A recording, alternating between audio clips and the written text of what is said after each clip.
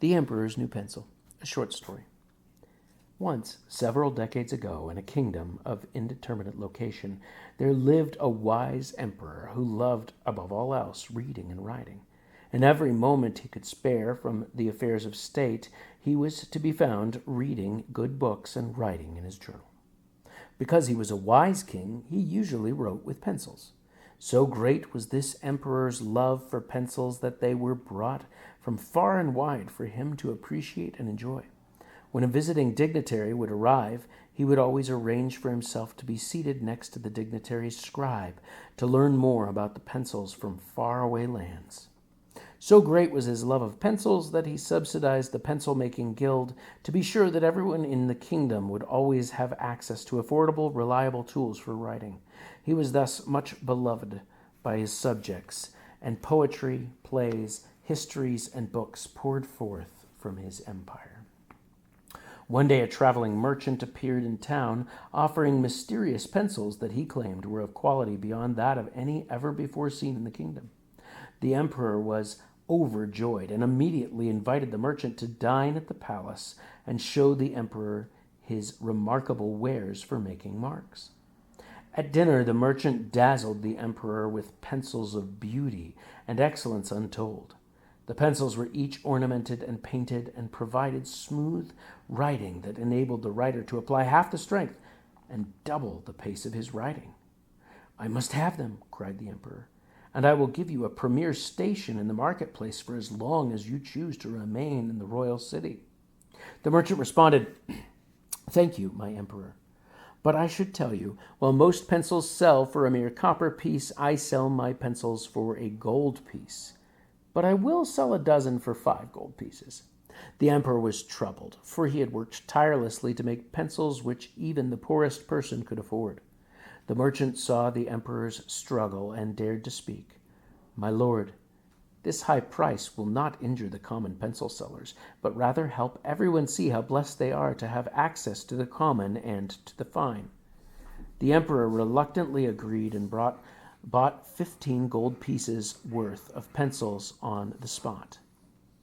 The merchant showed his gratitude by including a pencil sharpener and an eraser into the package. This soon became common practice and was known in the market as the emperor's deal. For months, the emperor wrote only with the new pencils, and all of the court agreed that his writing rose to new heights of inspiration. In the marketplace, things went even better than expected. The commoners would save for months to buy a single beautiful pencil, and lucky children would receive such a pencil on a birthday or at Christmas, which they treasured. Yet the regular pencil makers saw no decline in their business, but rather an increase as rising tides lift all ships. Things went swimmingly for over a year until one fateful evening when the emperor was writing in his study and dropped his pencil on the floor. Upon retrieving it, he mourned for the chip that appeared in the exquisite paint on his expensive writing tool. He sighed and began to write with the bruised tool before noticing the crack in the paint revealed a flash of yellow underneath. With breathless horror, he carefully peeled back more and more of the paint, finally holding in his hand the common yellow pencil, which could be purchased for a mere copper piece at the marketplace. Furious and stunned, he sent the palace guard to bring the merchant to him at once.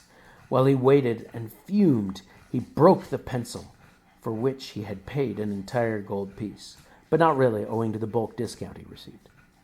The thought of every peasant who had been deceived and taken by the merchant made him grow even angrier. He began to fill out the paperwork to have the merchant executed, gripping his pencil tightly. When the merchant appeared, the emperor glared at him coldly and dismissed everyone from the room. Once all had left, he began speaking deliberately from his royal seat on the throne. "How dare you, O merchant, dare to deceive me and my entire kingdom by selling us our own pencils at 10 times their cost? You have cheated not just one man, but the whole world. For that, the kingdom will revile your name forever and write for decades of your execution. See the order of your demise here in my hand, complete but for my signature. Have you anything to say before you greet your last sunrise on the gallows?" The merchant was not a little shaken by this, but breathed deeply. "Your Highness, I don't understand. You have written your finest work with my pencils in your noble hand, have you not?" "So I thought," said the emperor, throwing the broken pencil at the merchant's feet. "But I have discovered that your pencils are just my pencils, which you duplicitously disguised and sold back to me at a criminal profit." "But, my lord, have you not found my pencils to be better by experience, writing smoothly every time?" the merchant asked. The emperor sneered. "A trick of the mind. You made us believe it was better, and our goodwill and faith made the experience for us. Nothing changed but our imagination, like the man who lay sick in bed, though none can find a thing to be wrong but his vain and unchecked fears. Do you think me such a man?" "No, my lord," cried the merchant. "To the contrary, you could never be tricked by such a confidence bluff. It is unthinkable." "What then?" The emperor spoke with quiet rage. "Emperor, I will share my secret with you alone. I only beg that you keep my secret safe, should you choose to spare my life." The emperor nodded, and the merchant continued. "My lord, the pencils of your kingdom are used throughout the known world. In distant lands they fetch 20 times their price here. This is how I made my first fortune. Yet it was clear to me that there was a better way. Though all of your pencils sell for a copper piece, they are not all equal. Some are straight, with good cores, and will always write perfectly. By my art, I have learned to discern the good from the best. I buy hundreds of pencils, and only 30 on the 100 make the grade." The emperor here interrupted. "And what do you do with the other 70? "I use them myself. I give them to schools, or return them at a loss to the seller. They are always happy to profit twice on a single pencil." "I see," said the emperor. "Continue." "Well, my lord," explained the merchant, "I needed a way to signify that all pencils, these were the finest. In my travels, I met an artist who had paint which he invented, which would look more beautiful, was smoother to the touch, and make a pencil more durable. At the very dear price and a solemn oath never to share the secret, I learned to make this paint. Now there was finally a pencil worthy of your majesty and your kingdom. Have not all things gone as I said? More pencils are being sold than ever before, and people are writing with more passion and pleasure. I never intended to deceive, only to protect my living."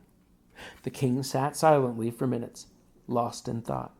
Finally he stood and ripped the order of execution in two. He called loudly for the court to return and witness his judgment. Once all were present, he declared in his most official tone, "This merchant has used his life to dignify the act of writing and given his all to accomplish the mission of our fair kingdom. I hereby license him to place the royal insignia on any pencil which he deems worthy. He is now the official minister of pencils. May the whole kingdom honor him as such." And so they all lived happily ever after. The end.